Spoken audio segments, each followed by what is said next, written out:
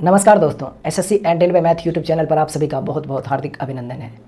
दोस्तों, आज की इस सेशन में हम लोग यूथ कंपटीशन टाइम्स पब्लिकेशन के रेलवे मैथमेटिक्स बुक से नंबर सिस्टम के टाइप 4 पार्ट को समाप्त करने वाले हैं। पिछले सेशन में हम लोगों ने टाइप 4 को शुरू किया था, जहां पर हम लोग क्वेश्चन नंबर 112 से लेकर 150 तक के क्वेश्चन को हम लोगों ने सॉल्व किया था। तो आज की इस सेशन में हम लोग टाइप 4 के क्वेश्चन नंबर 151 से लेकर जितने भी टाइप 4 में सवाल हैं उन सारे सवाल को हम लोग इस सेशन में सॉल्व करने वाले हैं। लगभग 60 से 65 क्वेश्चन टाइप 4 के और बचे हुए हैं, जिसे हम लोग इस सेशन में पढ़ने वाले हैं। चलिए सेशन की शुरुआत करते हैं टाइप 4 के क्वेश्चन नंबर 151 से। देखिएगा, ये टाइप 4 का क्वेश्चन नंबर 151 है। इस सेशन में हम लोग टाइप 4 को समाप्त करने वाले हैं और ये सवाल जो है वह क्वेश्चन नंबर 151 है। सवाल में दिया गया है कि एक विद्यालय में छात्रों की कुल संख्या 2401 है। इन छात्रों को पंक्तियों और स्तंभों में इस प्रकार से खड़ा करना है कि प्रत्येक पंक्तियों की संख्या स्तंभों की संख्या के बराबर हो तो पंक्तियों की संख्या कितनी होगी। मतलब अगर पंक्तियों की संख्या x है, अगर पंक्तियों की संख्या x है तो स्तंभों की संख्या भी x हो जाएगा। तो उस छात्र में, उस स्कूल में कुल छात्रों की संख्या जो होगी वह इतनी हो जाएगी। सवाल में दिया गया है कि छात्रों की कुल संख्या जो है वह 2401 है। तो यहाँ से आप इसको निकाल दीजिए। एक्स स्क्वायर का मान अगर 2401 के बराबर है तो x की वैल्यू जो होगा वह हो जाएगा कितना, इसका स्क्वायर रूट आपको मतलब कि रूट अंडर 2401 हो जाएगा। अब इसका स्क्वायर रूट निकालना है। आप सबको अच्छे से पता होगा कि 2500 का वर्गमूल जो होता है वह होता है 2500 का वर्गमूल जो होता है वह 50 होता है। तो 2401 का वर्गमूल जो होगा वह कितना हो जाएगा, 49 हो जाएगा। यही इस सवाल का उत्तर होगा। यानी x की वैल्यू हमसे पूछा जा रहा था तो x का मान कितना हो जाएगा, 49 हो जाएगा। हमसे पूछा जा रहा था पंक्तियों की संख्या कितनी होगी, तो 49। अगर पूछता कि बताइए कि प्रत्येक पंक्तियों में कुल कितने विद्यार्थी को खड़ा किया जा सकता है, तब भी उत्तर होता है 49। आगे बढ़ते हैं क्वेश्चन नंबर 152 की ओर।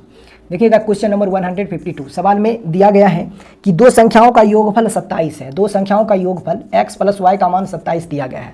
कहा इनके वर्गों का अंतर 243 है। मतलब x square minus y square का मान 243 है। तो हमसे पूछा जा रहा है कि संख्याओं का अंतर कितना होगा, मतलब x माइनस वाई की वैल्यू कितना होगा। बहुत ही सिंपल सवाल है। देखिए, x प्लस वाई की वैल्यू आपको दे रखा है, x square minus y square की वैल्यू आपको दे रखा है। तो इस चीज़ को हम लोग क्या लिख सकते हैं, आपको ये लिखा हुआ है a square minus b square, और a square minus b square होता है x minus y into x plus y, यही होता है। अब बराबर में ये रिजल्ट आपको दे रखा है 243। x प्लस वाई की वैल्यू आपको पता है कितना है, 27 है। तो 27 से इसको काट दीजिए तो जो आएगा वो x की माइनस वाई की वैल्यू होगा। 27 से आप काटोगे तो 27 छक कितना हो जाएगा, 9 तिया 27 हो जाएगा, 9 दूना 18 हो जाएगा, 9 दूना 18 हो जाएगा। ठीक है, इधर 9 और 9 साती 63, 3 से ये 7 बार में कैंसिल हो जाएगा। कि मतलब कि x माइनस वाई की वैल्यू आपको मिल गया है कितना, 7। यही तुम्हारा उत्तर हो जाएगा। ऑप्शन नंबर क्या दिया गया है, अच्छा कौन सा उत्तर होगा। x माइनस वाई की वैल्यू अभी आपने क्या निकाला था, x प्लस वाई की वैल्यू 27 है ना, x प्लस वाई की वैल्यू 27 था। X square minus y square आपको दिया है कि तो 243 है। तो यहाँ से आप क्या निकाल सकते हैं, देखिए कोई कैलकुलेशन मिस्टेक तो नहीं किया है ना हमने। इसका मान अपने को दे रखा है कितना है, 27। 27 से इसको अगर काटते हैं तो ये हो जाएगा 9 तिया 27, ठीक है। और ये हो जाएगा कितना, 9 दूना 18, 9 दूना 18 और 9 सती 63, 3 से ये कैंसिल हो जाएगा कितने बार में, 9 बार में। तो यही तो हो जाएगा x माइनस वाई की वैल्यू कितना हो जाएगा, x माइनस वाई की वैल्यू 9 होगा।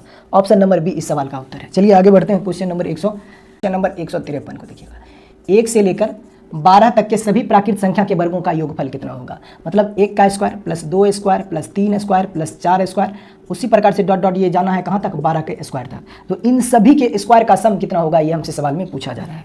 अब मैंने आपको कहा था कि इस तरह के सवाल को सॉल्व करने का तरीका होता है, मैंने आपको कहा था कि प्रथम n पदों के वर्गों का जो योगफल होता है n into 2n plus 1 into n plus 1 upon 6। ये चीज़ें मैंने आपको बताया था, जहाँ n बराबर लास्ट टर्म। तो n की वैल्यू आपको पता है 12 है, यहाँ पे 12 पुट करके आप आंसर निकाल सकते हो। वैल्यू पुट करोगे तो ये हो जाएगा 12 इंटू 12 दूना 24, 1 25 हो जाएगा फर्स्ट ब्रैकेट। सेकेंड ब्रैकेट दे देगा आपको 13 डिवाइडेड बाय 6, ये हो जाएगा कितने बार में, 2 बार कैंसिल हो जाएगा। तो 25 को 13 से गुना करके, या फिर आप क्या कीजिए, ये डायरेक्ट 25 को 26 से गुना कर दीजिए, जो आएगा वो आपका उत्तर हो जाएगा। 26 को 25 से जब गुना करोगे तो 25 छके होता है 150, 150 का 0, अब बाकी आपको मिल जाएगा 15। 25 दूना 50, 50 15 कितना होता है, 65 होता है, यानी कि 65 यानी 650 होगा इस सवाल का उत्तर। यानी कि प्रथम 12 प्राकृत संख्या के वर्गों का कुल योगफल जो होगा वह कितना हो जाएगा, 650 होगा। कौन सा ऑप्शन, देखिएगा क्वेश्चन नंबर 154, क्वेश्चन नंबर 154 को देखिएगा। सवाल में दिया गया है कि वह छोटी से छोटी संख्या बताइए जिसे 6412 में जोड़ने पर प्राप्त संख्या एक पूर्ण वर्ग संख्या हो। यानी कि 6412 में कम से कम कितना जोड़ा जाए कि योगफल एक पूर्ण वर्ग संख्या बन जाए। 6412 में कम से कम कितना जोड़ा जाए कि योगफल एक पूर्ण वर्ग संख्या यानी कि एक परफेक्ट स्क्वायर नंबर बन जाए, ये आपको पता करना है। तो आप बताइए कि 6412 में कम से कम यानी x का मान जो है वह लिस्ट से लिस्ट रखना है, तब इन दोनों का जो सम होना चाहिए वो एक परफेक्ट स्क्वायर नंबर होना चाहिए। यह बात आपको ध्यान में रखना है। तो सोचिए कम से कम 6412 में कितना जोड़ा जाए कि योगफल एक पूर्ण वर्ग संख्या बन जाए। तो आप कहोगे सर हम सबको अच्छे से पता है कि 6400 का जो वर्गमूल होता है वह होता है 80, इतना बात अपने को पता है। यानी कि 80 का जो वर्ग होगा, 80 का जो स्क्वायर होगा वह 6400 हो जाएगा। अब 6400 में 12 जोड़ा गया, यानी 6412 में कम से कम कितना जोड़ा जाए कि योगफल जो हो जाए वह पूर्ण वर्ग संख्या हो जाए। तो आप सबको अच्छे से पता होगा कि इसका जो जस्ट अगला परफेक्ट स्क्वायर नंबर होगा वह 81 का स्क्वायर होगा, और 81 का जो स्क्वायर होता है वह होता है 6581। 6581 होता है ना, 6581 सॉरी 6561 होता है। 81 का जो स्क्वायर होता है वह 6561 होता है। तो आप सोचिए 6412 था और पूर्ण वर्ग संख्या बनाने के लिए इन दोनों का जो योगफल होना चाहिए वह 6561 होना चाहिए। तो x का मान कितना होगा आप बताइए। आप कहोगे x की वैल्यू जो होगा वह 149 हो जाएगा। 6412 में अगर आप 149 जोड़ दोगे तो जो योगफल होगा वह 6561 बनेगा, और 6561 जो होता है वह एक पूर्ण वर्ग संख्या होता है, इसका स्क्वायर रूट होता है 81। चलिए आगे बढ़ते हैं। बहुत ही छोटा छोटा सवाल आपको देखने को मिल रहा होगा। क्वेश्चन नंबर 155 की ओर चलते हैं। क्वेश्चन नंबर 155 को देखिएगा। कहा है कि 4 लगातार संख्याओं में से पहली 2 संख्याओं का योग चौथी संख्या के बराबर है। चारों संख्याओं का योग का आधा इसमें से किसके बराबर होगा, ये आपको पता करना है। 4 लगातार संख्याओं में से पहली 2 संख्याओं का योग चौथी संख्या के बराबर है। ठीक है, चारों संख्याओं का योग का आधा इनमें से किसके बराबर होगा। 4 लगातार संख्या है, क्रमागत संख्या है। तो पहली संख्या अगर x होगा तो दूसरी संख्या x + 1 होगा, तीसरी संख्या x + 2 हो जाएगा, और चौथी जो संख्या होगा वह x + 3 हो जाएगा। ये 4 लगातार क्रमागत संख्याएं हैं। आगे सवाल में दिया गया है कि पहली 2 संख्याओं का योग चौथी संख्या के बराबर है, यानी कि पहली 2 संख्या का जो योगफल है x + 1 का जो मान है, पहली 2 संख्याओं का योगफल जो है वह चौथी संख्या के बराबर है, चौथी संख्या के बराबर है, यानी x + 3 के बराबर है। आगे सवाल में क्या कहा है कि चारों संख्याओं के योग का आधा इनमें से किसके बराबर होगा। चारों संख्याओं के योग का आधा इनमें से किसके बराबर होगा। सबसे पहले x को फाइंड कर लीजिए, तो यहाँ से 2x हो जाएगा। अच्छा, x से x को खत्म कर दीजिए आप, यहाँ से आपको मिल जाएगा x की वैल्यू जो होगा वह 2 के इक्वल। x की वैल्यू 2 के इक्वल है, तो हमसे सवाल में पूछा जा रहा है कि चारों संख्याओं का योग का आधा इनमें से किसके बराबर होगा, यानी कि चारों संख्याओं का एवरेज हमसे पूछा जा रहा है बेसिकली। तो चलिए वैल्यू पुट कर दीजिए। यहाँ पर आप 2 पुट करोगे तो ये 3 बन जाएगा, ये हो जाएगा कितना 4, और ये हो जाएगा कितना 5 ही हो जाएगा ना। तो सबको जोड़ के आधा कर दीजिए, 5 4 9 3 12 12 2 14। तो 14 को जब आप 2 से भाग करोगे तो क्या हो जाएगा 7 मिलेगा ना। कौन सा ऑप्शन दिया गया, ऑप्शन नंबर बी इस सवाल का उत्तर होगा। चारों संख्याओं का योग का आधा मतलब कि चारों संख्याओं का जो औसत होगा वह 7 होगा। आगे बढ़ते हैं क्वेश्चन नंबर 156 की ओर। क्वेश्चन नंबर 156 को देखिएगा। कहा है कि 24 आम के पेड़, 56 सेब के पेड़ और 72 संतरे के पेड़ को पंक्तियों में इस प्रकार लगाया जाना चाहिए ताकि प्रत्येक पंक्तियों में केवल एक ही प्रकार के पेड़ समान संख्या में हो। उन पंक्तियों की न्यूनतम संख्या कितनी होगी जिनमें उपयुक्त पेड़ लगाए जा सकते हैं, यानी कि पंक्तियों की न्यूनतम संख्या क्या होगी हमसे सवाल में पूछा जा रहा है। सबसे पहले मैं ये जानना चाहता हूँ कि अगर प्रत्येक पंक्तियों में समान संख्या में पौधे लगाए जाते हैं तो सबसे पहले मैं ये जानना चाहता हूँ कि प्रत्येक पंक्तियों में कितने पौधे लगाए जा सकते हैं, प्रत्येक पंक्तियों में अधिकतम कितने पौधे लगाए जा सकते हैं, ये मैं जानना चाहता हूँ। तो आप कहोगे अगर प्रत्येक पंक्तियों में आप ये जानना चाहते हो कि अधिकतम कितना पौधा लगाया जाता है और प्रत्येक पंक्ति में समान संख्या में पौधा लगाया जाता है, तो जो नंबर आपको दिया गया है, जो पेड़ों की संख्या उसका HCF जो होगा वह प्रत्येक पंक्तियों में लगाए गए पौधों को दर्शाएगा। है कि नहीं। कहा है कि आम के जो पौधे हैं उसकी संख्या 24 है, सेब के जो पौधे हैं उसकी संख्या 56 है, और संतरा के जो पौधे हैं उसकी संख्या 72 है। कहा इन सारे पौधों को पंक्तियों में इस प्रकार से लगाया जाता है कि प्रत्येक पंक्ति में समान संख्या में पौधा हो जाएगा।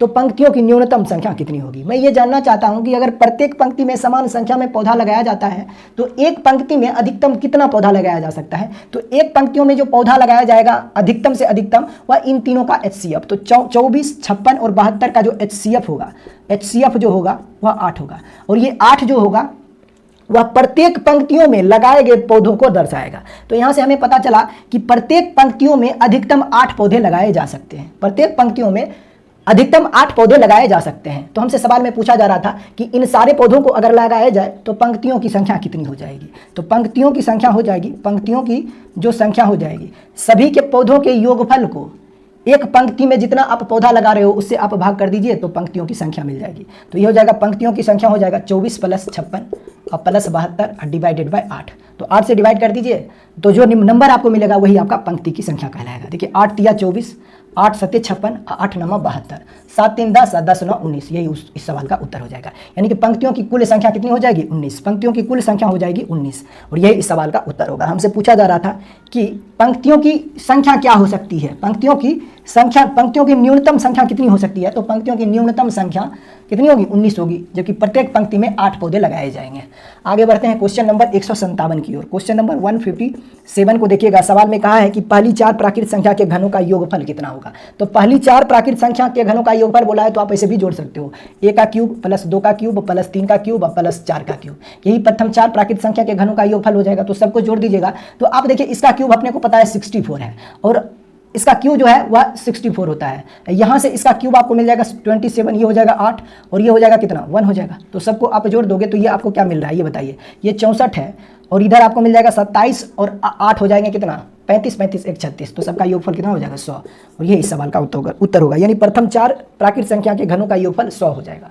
बाकी अगर सॉल्व करना चाहते हो, मान लीजिए कि अगर बोल देता कि प्रथम 10 प्राकृत संख्या के घनों का योगफल क्या होगा, तब हम कैसे करते? तो फॉर्मूला होता है कि प्रथम n प्राकृत संख्या के घनों का जो योग होता है, घनों का योग जो होता है वह होता है n इंटू n प्लस 1 बट्टे 2 का होल स्क्वायर। यहाँ पर n की वैल्यू आपको पता है 4 है तो वैल्यू पुट कर दीजिए। तो 4 का स्क्वायर हो जाएगा कितना?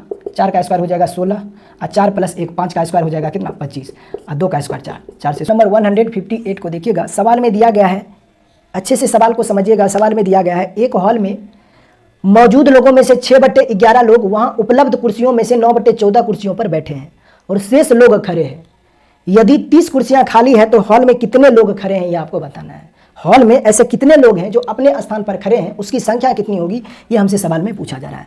अब देखिए इस सवाल को बिना सॉल्व किए बहुत सारे बच्चे ऐसे होंगे जिन्होंने लास्ट लाइन को पढ़ा होगा, जो कि सवाल में दिया गया है कि 30 कुर्सियां खाली हैं और हमसे सवाल में पूछा जा रहा है कि कुल कितने ऐसे आदमी हैं जो अपने स्थान पर खड़े हैं। तो यहाँ से उन्होंने सोचा होगा कि अगर 30 कुर्सी खाली पड़ा है तो उतने ही लोग तो खड़े होंगे अपने स्थान पर, और इस हिसाब से वो ऑप्शन नंबर सी लगा दिए होंगे, जो कि उत्तर जो कि गलत है। कैसे गलत है वो देखिए। अगर 30 कुर्सी हॉल में खाली पड़ा है, इसका मतलब ये नहीं हुआ कि सिर्फ 30 ही आदमी उस हॉल में खड़े होंगे। यहाँ पर आपको ये पता है क्या उस हॉल में कुल आदमी कितने हैं? जब तक कि कुल आदमी के बारे में आपको नहीं पता चलेगा तब तक आप ऐसे नहीं सोच सकते हो कि सिर्फ इतने ही आदमी उस हॉल में खड़े होंगे। यानी कि अगर 30 कुर्सी खाली है, इसका मतलब ये कतई नहीं हुआ कि सिर्फ 30 ही आदमी ऐसे होंगे जो उस हॉल में खड़े होंगे। तो यहाँ से ऑप्शन नंबर सी हमारा कट गया, ऑप्शन नंबर सी हमारा उत्तर नहीं होगा। यानी कि हॉल में सिर्फ 30 ही आदमी खड़े नहीं हो सकते। अगर 30 कुर्सी खाली है, इसका मतलब ये नहीं हुआ कि सिर्फ और सिर्फ 30 ही आदमी हॉल में खड़े होंगे। जब तक कि आप टोटल पर्सन नहीं निकाल दोगे, कुल आदमियों की संख्या आप नहीं निकाल पाओगे, तब तक आप ये नहीं बता सकते हो कि कुल कितने आदमी अपने स्थान पर खड़ा है। तो देखिए इस सवाल को सॉल्व करने का जो सबसे बेस्ट मेथड होता है वो मेथड मैं आपको बताता हूँ। सबसे पहले आपको एक चीज़ मैं आपको बताना चाहूँगा। देखिए आप सब ने फ्रैक्शन के बारे में सुना होगा और जानते भी होंगे कि फ्रैक्शन में अगर कोई भी वैल्यू होता है तो जो डिनोमिनेटर पार्ट में होता है, जैसे मैंने लिख दिया 9/11, 9/11 लिख दिया, इसका मतलब ये हुआ कि टोटल 11 है, जिसमें से 9 भाग कुछ ऐसे होंगे। मैं बोलूँगा कि 9/10 स्टूडेंट ऐसे हैं जो कि पढ़े लिखे हैं, मतलब कुल छात्रों की संख्या 10 होगी। यानी कि नीचे वाला जो वैल्यू होता है वो हमारा टोटल को रिप्रेजेंट करता है। मैंने अभी आपको बोला कि 9/10 स्टूडेंट ऐसे हैं जो कि पढ़े लिखे हैं, इसका मतलब ये हुआ कि छात्रों की कुल संख्या 10 है। छात्रों की कुल मतलब कि आदमियों की कुल संख्या 10 है, जिसमें से 9 ऐसे आदमी हैं जो कि पढ़े लिखे हुए हैं। इसका मतलब ये हुआ। अब आपको ये बात अगर अच्छे से पता है तो सवाल को देखिए चुटकियों में हम लोग उड़ा सकते हैं। हमें सबसे पहले ये पता करना है कि उस हॉल में आदमियों की संख्या कितनी होगी, फिर हमें यह भी पता करना है कि उस हॉल में कुर्सियों की कुल संख्या कितनी होगी, तभी हम ये पता कर सकते हैं कि कुल कितने आदमी उस हॉल में खड़े होंगे, है कि नहीं है। तो आदमी की संख्या हमें सबसे पहले पता करना है। तो आदमी की संख्या हम कैसे पता करते हैं वो देखिए। फिर हमें निकालना है उस हॉल में कितने ऐसे कुर्सियों की संख्या होगी, यानी कि कुल कुर्सियों की संख्या हॉल में कितनी होगी ये भी हमें पता करना है। यानी ये दोनों डाटा हमें पता करना है।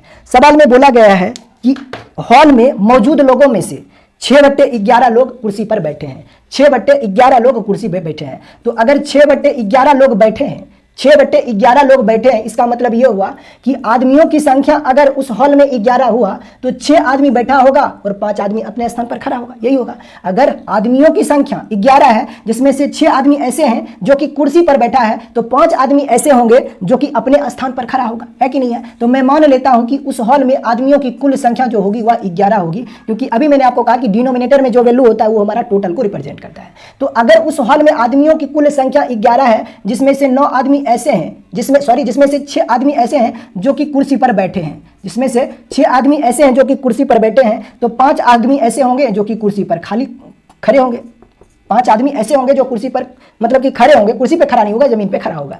कहा सवाल में कि हॉल में मौजूद लोगों में से 6/11 लोग कुर्सी पर बैठा हुआ है। मतलब अगर आदमियों की कुल संख्या 11 है तो जिसमें से 6 आदमी कुर्सी पर बैठा है तो 5 आदमी जो होगा वह अपने स्थान पर खड़ा होगा। होगा कि नहीं होगा? अब सवाल में कहा है कि उस हॉल में मौजूद कुर्सियों में से 9/14 कुर्सी पर आदमी बैठा हुआ है। तो 9/14 कुर्सी कहने का मतलब यह हुआ कि अगर उस हॉल में कुर्सियों की कुल संख्या अगर 14 है जिसमें से 9 कुर्सी पर आदमी बैठा हुआ है तो कुल कितने ऐसे कुर्सी हैं जो कि खाली पड़े हैं? तो आप कहोगे कि सर मान लीजिए कि उस हॉल में कुर्सियों की कुल संख्या अगर 14 है, अगर कुर्सियों की कुल संख्या 14 है जिसमें से 9 कुर्सी पर आदमी बैठा हुआ है, जिसमें से 9 कुर्सी पर आदमी बैठा है, इतने कुर्सी पर आदमी जो है वह बैठा हुआ है। उस हॉल में कुर्सियों की कुल संख्या मान लीजिए 14 है जिसमें से 9 कुर्सी पर आदमी बैठा है तो 5 ऐसे कुर्सी होंगे जो कि खाली पड़े होंगे, जो कि जिस पे कोई भी आदमी बैठा नहीं होगा, है कि नहीं है? लेकिन सवाल में बोला गया है कि सिर्फ 5 ही कुर्सी खाली नहीं पड़ा है बल्कि 30 कुर्सी खाली पड़ा है। यानी अनुपात में 5 का मान जो है वह 30 के बराबर है।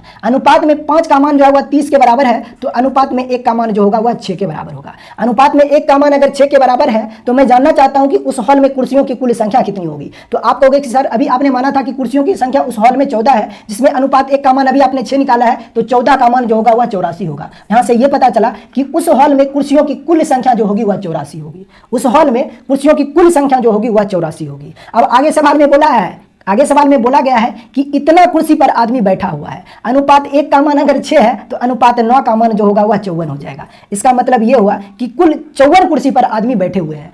कुर्सियों की कुल संख्या 84 है जिसमें से 54 कुर्सी पर आदमी बैठा हुआ है तो 30 कुर्सी ऐसे होंगे जो कि खाली होंगे, ऐसा सवाल में दिया गया है। अब आपको पता चल गया है कुर्सियों की कुल संख्या 84 है और कुल 54 कुर्सी पर आदमी बैठा हुआ है। अब हमें यह पता करना है कि उस हॉल में कुल कितने आदमी मौजूद हैं। तो आदमी की संख्या कैसे पता चलेगा वो देखिए। सवाल में बोला गया है कि 54 कुर्सी पर आदमी बैठा हुआ है। अगर 54 कुर्सी पर आदमी बैठा हुआ है और यहाँ पर अनुपात में 6 कुर्सी पर आदमी बैठा हुआ है, मतलब अगर 6 की वैल्यू 54 के बराबर है, अगर 6 का मान 54 के बराबर है तो 1 का मान जो होगा वह 9 के बराबर होगा। 1 का मान अगर 9 के बराबर है तो 5 का मान जो होगा वह 45 के बराबर होगा। और हमसे सवाल में क्या पूछा था? हमसे सवाल में यह पूछा था कि बताइए उस हॉल में कुल ऐसे कितने आदमी हैं जो कि खाली खड़े हैं, मतलब उस हॉल में ऐसे कितने आदमी हैं जो कि खड़े हैं अपने स्थान पर। तो उस हॉल में कुल मिलाकर इतने आदमी हैं जो कि अपने स्थान पर खड़ा है। अनुपात 6 का मान 54 है तो 1 का मान 9 होगा तो 5 का मान 45 होगा। यानी कि 45 आदमी ऐसे होंगे उस हॉल में मौजूद जो कि अपने स्थान पर खड़े होंगे। यदि हमसे सवाल में पूछता कि बताइए उस हॉल में कुल कितने आदमी मौजूद हैं तो अनुपात 1 का मान 9 है तो 11 का मान हम लोग निकाल देते। उस हॉल में आदमियों की कुल संख्या 99 हो जाती, कुर्सियों की कुल संख्या 54 हो जाती। कुल इतने कुर्सी पर आदमी बैठा हुआ है, कुल इतने कुर्सी पर आदमी बैठा हुआ है जो कि सवाल में दिया गया है। इतने कुर्सी पर आदमी बैठा हुआ है, कुल इतने कुर्सी पर आदमी बैठा हुआ है। हमसे पूछा जा रहा था कि कुल उस हॉल में कुल ऐसे कितने आदमी हैं जो अपने स्थान पर खड़े हैं। तो यहाँ से हमें पता चला कि अगर कुल इतने आदमी कुर्सी पर बैठे हैं और इसका मान अगर 6 को रिप्रेजेंट कर रहा है, यानी कि अनुपात में इतने आदमी बैठे हुए हैं और इसकी कुल संख्या अभी आपने निकाला था 54। 6 का मान अगर 54 के बराबर है तो 1 का मान, अगर 6 की वैल्यू 54 के बराबर है तो 1 का मान 9 के बराबर हो जाएगा तो 5 का मान 45 के बराबर हो जाएगा। और उस हॉल में कुल मिलाकर इतने आदमी खड़े थे, इसकी संख्या आपने निकाल दिया 45 और यही इस सवाल का उत्तर होगा। यही तो हमसे पूछा था कि कितने आदमी हॉल में खड़े होंगे अपने स्थान पर, तो 45 आदमी अपने स्थान पर खड़ा होगा। यदि हमसे और भी कुछ पूछता तो हम लोग आसानी से पता कर सकते थे, क्योंकि सारा डाटा जितना भी इस सवाल में जो भी हमसे पूछा जा सकता है वो सारे वैल्यू मैंने आपके सामने रख दिया है। अब जो भी वैल्यू हमसे पूछा जाएगा उसका आप आंसर आसानी से दे सकते हो। चलिए आगे बढ़ते हैं क्वेश्चन नंबर 159 की ओर। मैंने प्रयास किया है इस सवाल को भी आसान से आसान भाषा में आपको समझाने का, तो मैं उम्मीद करूंगा कि आपको सवाल अच्छे से समझ में आया होगा। चलिए बढ़ते हैं आगे क्वेश्चन नंबर 159 की ओर। क्वेश्चन नंबर 159 को देखिएगा। सवाल में दिया गया है यदि किसी संख्या के 1/8 का 1/4, यदि किसी संख्या के 1/8 का 1/4 का मान अगर 300 के बराबर है, 300 के बराबर है तो उस संख्या का मान कितना होगा। तो उस संख्या का 1/5 का मान कितना होगा, बस सॉल्व कर दीजिए। 12 या 36 यानी x का मान जो होगा वह कितना हो जाएगा, 300 गुने 48 हो जाएगा। ठीक, ये x की वैल्यू हो जाएगा। और आपसे पूछा जा रहा था उस संख्या का 5वां हिस्सा कितना होगा, 1/5। तो 5 से इसको भाग कर दीजिए, यही हमारा उत्तर हो जाएगा, है कि नहीं। 5 × 6 30 हो जाएगा और 60 से इसको गुना कर दीजिए, यानी कि मान जो आपको मिलेगा x/5 की वैल्यू जो होगा वह 60 × 48 हो जाएगा। इन्हीं दोनों को आप मल्टीप्लाई कर दीजिए तो जो गुणनफल आएगा वही आपका उत्तर कहलाएगा, है कि नहीं। बाकी देखिए मल्टीप्लाई कर ही देता हूँ, 60 से मल्टीप्लाई कीजिएगा तो इसको हो जाएगा 0, फिर 6 से गुना कीजिएगा, 6 × 8 = 48, 8 बाकी 4, 6 × 24, 24 और 4 कितना होता है 28, 2880। कौन सा ऑप्शन दिया गया। अच्छा, कहीं पे कैलकुलेशन मिस्टेक हो गया होगा तो आप कैलकुलेट कर दीजिए ना, कोई दिक्कत है क्या। 48 छक्के कितना होता है, 48 छक्के कितना होता है, तो ये हो जाएगा 6 × 8 = 48, यानी कि कौन सा ऑप्शन दिया जा रहा है बताइए। ऑप्शन नंबर क्या दिया गया है, 6 8 48, 60 से ना मल्टीप्लाई करना है, 60 से मल्टीप्लाई करना है। तो ये हो जाएगा कितना, 0 0 0 0, 6 8 48 का 8 बाकी 4, 6 6 24, 24 4 कितना होता है 28। तो यही तो उत्तर हो जाएगा 2880 है, 2880। कुछ गड़बड़ तो नहीं है ना। हमसे क्या पूछा था, उस संख्या का 1/5 किसके बराबर होगा। 8 चौका 32, ओ गॉड, यहाँ पर क्या हो जाएगा 32 होगा ना। 8 छक 48 मैंने लगा दिया, 8 छक 32 हो जाएगा। तो आपको 32 से मल्टीप्लाई करना है, इससे मल्टीप्लाई करना है 32 से। आप यहाँ पर 60 को 32 से मल्टीप्लाई करके उत्तर आप लगा दीजिए, जो आएगा आप देख लीजिए गुना करके। कौन सा ऑप्शन आएगा, उत्तर आएगा 1920, ऑप्शन नंबर सी। चलिए आगे बढ़ते हैं क्वेश्चन नंबर 160 की ओर। देखिएगा क्वेश्चन नंबर 160, क्वेश्चन नंबर 160 को देखिएगा। कहा यदि किसी संख्या के 3/7, यदि किसी संख्या के 3/7 के 1/4 का 2/5 का मान 15 के बराबर है, तो उस संख्या का आधा किसके बराबर होगा, उस संख्या का आधा किसके बराबर होगा। तो सॉल्व कर दीजिए, 2 से ये खत्म हो जाएगा 2, ठीक है। हाँ 3 से ये खत्म हो जाएगा 5 बार में, ठीक है। ये नीचे आपको क्या मिल जाएगा, 4 दूना 8, 8 पचे 40, 40 पचे 200, यानी x की वैल्यू आपको मिल गया है 200। हमसे पूछा जा रहा था संख्या का आधा कितना होगा, इनमें से उस संख्या का आधा किसके बराबर हो जाएगा। x की वैल्यू 200 मिल रहा था, तो आधा तो 100 हो जाएगा ना। देखिए क्या कहीं पे मिस, अच्छा 3/4 नहीं था, यहाँ पे 7/4 है, 7/4 है। तो अगर 7/4 है तो यहाँ पे क्या हो जाएगा, ठीक है। 3 से 5 तो यह 15 हो जाएगा, और ये हो जाएगा 5 दूना 10, 10 सत्ते 70, 7 पचे 35, 350 हो जाएगा, ठीक है। यानी ये जो हो जाएगा कितना हो जाएगा, 7 पचे 50, यानी 350 आया था। x की वैल्यू 350 आया था, तो इसका हाफ आप निकाल दीजिए। हाफ निकालोगे तो कितना आएगा उत्तर, 175 से 175 के आसपास। ऑप्शन नंबर बी इस सवाल का उत्तर हो जाएगा ना, 175। ये तो तुम्हारा उत्तर हो जाएगा। चलिए आगे बढ़ते हैं क्वेश्चन नंबर 161 की ओर। क्वेश्चन नंबर 161 को देखिएगा। सवाल में दिया गया राहुल ने एक संख्या को 2 से गुना करने के बजाय 2 से भाग कर दिया।